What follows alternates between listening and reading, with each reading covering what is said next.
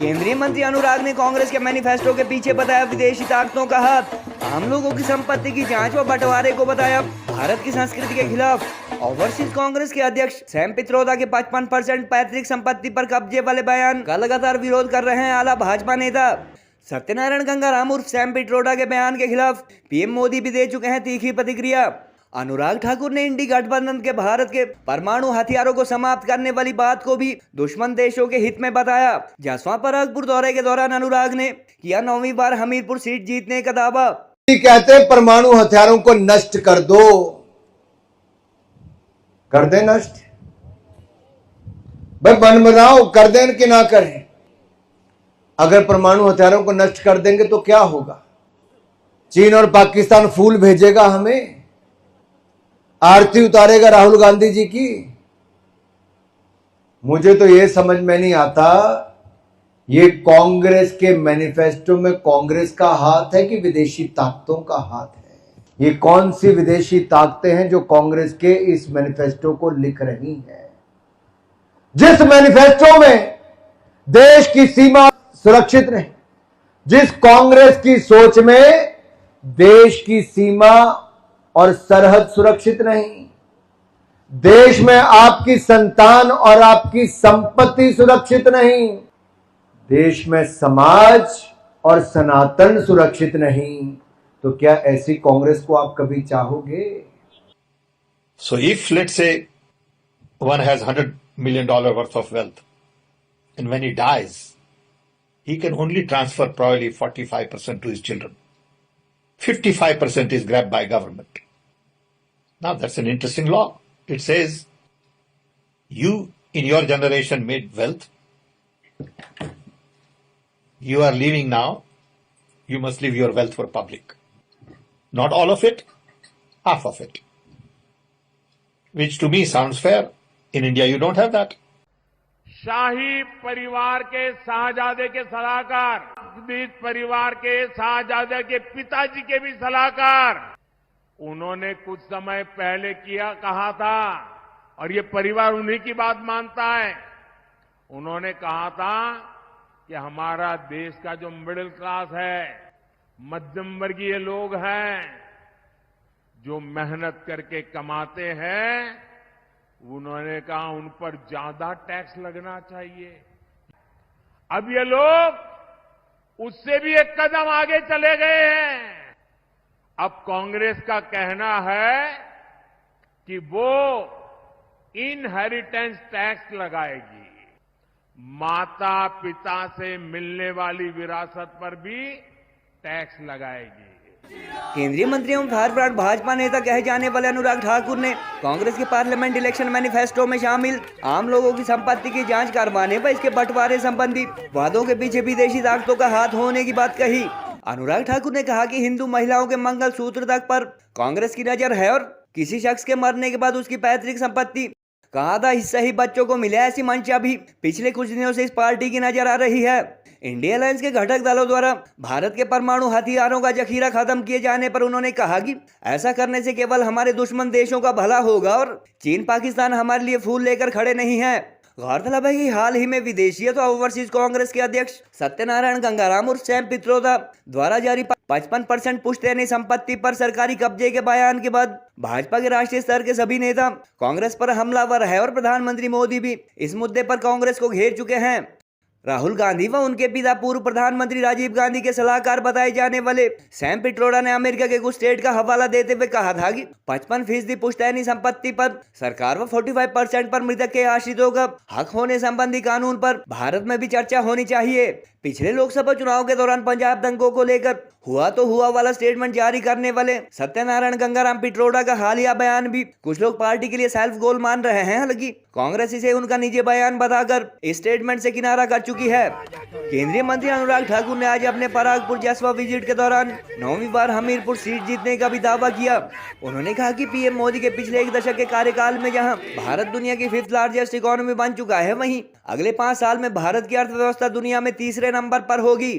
कुछ media reports के मुताबिक कम्युनिस्ट पार्टी लीडर कन्हैया के कांग्रेस में शामिल होने व राहुल गांधी द्वारा केरल के वायनाड से इलेक्शन लड़े जाने के बाद कांग्रेस संपत्ति के समान बंटवारे जैसे कुछ मार्क्सिस्ट आइडियाज को साथ लेकर चलने लगी है, जबकि मार्क्सवाद की विचारधारा वाले वामपंथी दल खुद आजादी के बाद से देश में लगातार कमजोर हुए हैं। राहुल गांधी जी कहते हैं परमाणु हथियारों को नष्ट कर दो, कर दे नष्ट भाई, बन बनाओ, कर दें कि ना करें। अगर परमाणु हथियारों को नष्ट कर देंगे तो क्या होगा? चीन और पाकिस्तान फूल भेजेगा हमें, आरती उतारेगा राहुल गांधी जी की। मुझे तो यह समझ में नहीं आता, ये कांग्रेस के मैनिफेस्टो में कांग्रेस का हाथ है कि विदेशी ताकतों का हाथ है? ये कौन सी विदेशी ताकतें हैं जो कांग्रेस के इस मैनिफेस्टो को लिख रही हैं? जिस मैनिफेस्टो में देश की सीमा और सुरक्षित नहीं, जिस कांग्रेस की सोच में देश की सीमा और सरहद सुरक्षित नहीं, देश में आपकी संतान और आपकी संपत्ति सुरक्षित नहीं, देश में समाज और सनातन सुरक्षित नहीं, तो क्या ऐसी कांग्रेस को आप कभी चाहोगे? अरे आपकी सीमा सरहद के साथ खिलवाड़ करते हैं। नेहरू जी से लेके मनमोहन सिंह जी की सरकार, ये 60 साल कांग्रेस के राज में चीन ने हजारों किलोमीटर छीन लिए। पाक अधिकृत कश्मीर इंदिरा गांधी जी के समय बना कि नहीं बना? कैसे हुआ? 90,000 सैनिक पाकिस्तान की हमारी जेलों में थे, उसके बावजूद पाकिस्तान से हमारा हिस्सा वापस नहीं लिया। कच्चा थीवू आइलैंड भारत मां का अभिन्न अंग श्रीलंका को इंदिरा गांधी जी ने दे दिया। ना जाने भारत मां के कितने टुकड़े इन्होंने दूसरे देशों को दे दिए। कितने टुकड़े टुकड़े करने की सोच रखने वालों को कांग्रेस पार्टी ने अपनी पार्टी में शामिल करवा लिया। एसडीपीआई, पीएफआई जैसे आतंकवादी सोच के संगठन जिन पे प्रतिबंध लगा है, उनका समर्थन राहुल गांधी जी ने अपने वायनाड के चुनाव में लिया। क्या देश के टुकड़े होते देखना चाहते हो आप? क्या इन टुकड़े टुकड़े की सोच के समर्थन वालों के साथ हो आप? क्या देश के कमजोर करने वालों के साथ हो आप?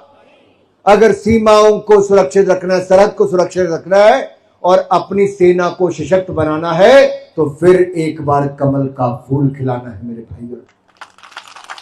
और अब तो कांग्रेस ने कहा है, जो इंदिरा गांधी जी ने इमरजेंसी के टाइम पर किया, लोकतंत्र की हत्या तो की ही, नसबंदी करने का काल भी उसी समय आया था।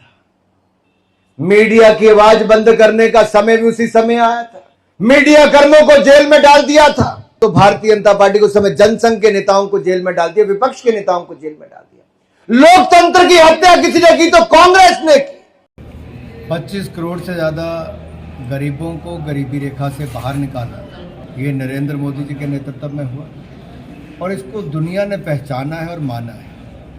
और जेपी मॉर्गन के चीफ का ये स्टेटमेंट अपने आप में विश्वास व्यक्त करता है कि सुशासन क्या होता है, गरीब कल्याण क्या होता है। आज ये पहचान भारतीय जनता पार्टी और श्री नरेंद्र मोदी जी की बनी और दुनिया ने टेक्नोलॉजी का उपयोग करके लाभार्थी तक, अंतिम लाभार्थी तक कैसे उन सुविधाओं को पहुंचाना जाए, इसकी भारत की तारीफ की। लेकिन भारत को अभी यहीं तक रुकना नहीं, देश को और खुशहाल और विकास करवाना है।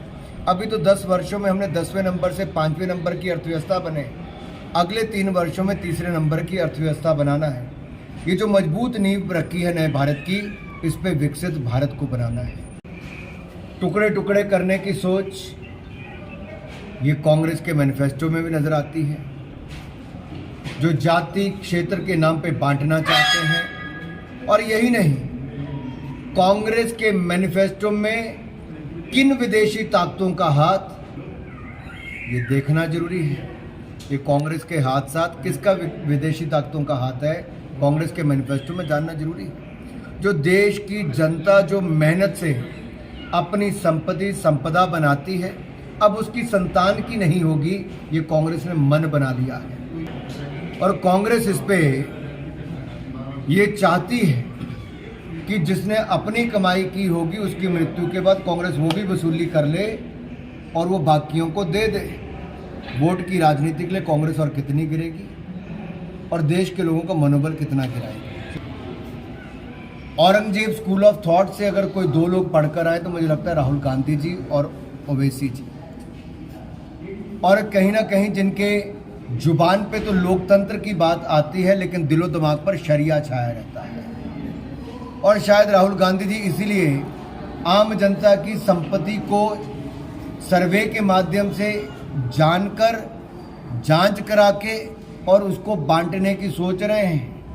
ये वसूली टैक्स कांग्रेस के सत्ता आने पे तो लगता ही है, लेकिन आपकी मृत्यु के बाद भी वसूलने की काम जारी रहेगा।